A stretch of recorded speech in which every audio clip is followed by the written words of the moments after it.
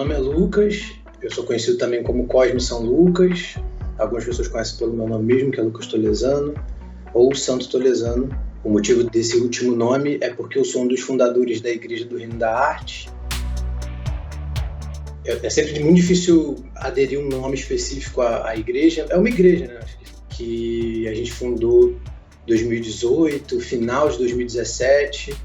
De lá que eu acho que eu venho consolidando, materializando mais minhas ideias, assim. Inclusive, o lance de eu ser santo tem muito a ver com o fato de eu ser uma presença que não materializa tanto as coisas, mas sempre muito presente criticamente, sempre muito presente nesse sentido.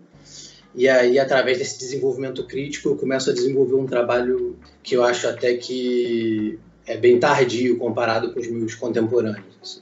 Eu tenho envolvimento com música desde cedo. Quando eu comecei a gerar uma pesquisa própria, foi quando eu comecei a resgatar um pouco das minhas críticas, até em relação ao meu afastamento da música.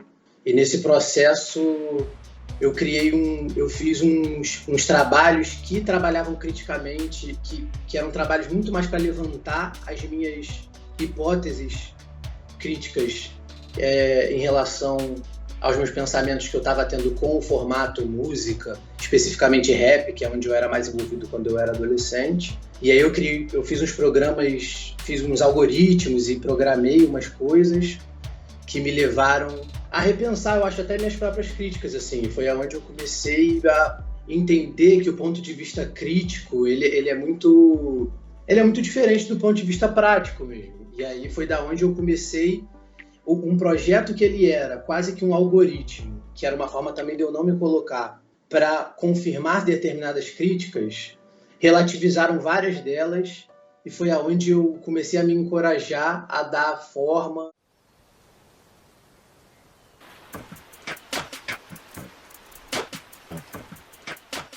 O melhor trabalho para tratar um pouco de tudo isso é o Aprendendo Autotune, que é a minha mixtape mais recente de música.